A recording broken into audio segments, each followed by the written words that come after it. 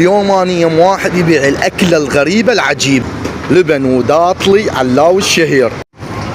ابو حسين الله يساعدك حبيبي، شلونك حياتي؟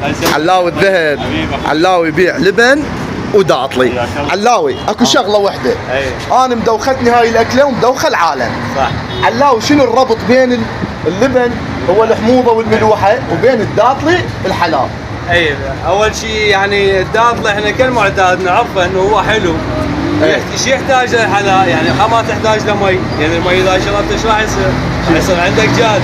فانت ايش تشرب؟ والله تشرب اللبن ويا الداطلي، يعني راح تروح هاي الحموضه اللي هنا واقفه وراح يصير يعني. زين علاوي شنو هاي الاكله حديثه لو قديمه؟ لا هي قديمه بس يعني شلون نقول ما طاشه، يعني ما عليها تسليط ضوء حتى تنعرف. اي يسووها له الضغط مثلا؟ والله هو يفيده بالضغط ويفيده بالسكر، يعني حتى بالسكر ياكل داطلي ويشرب وراه لبن ما يصير اي شيء.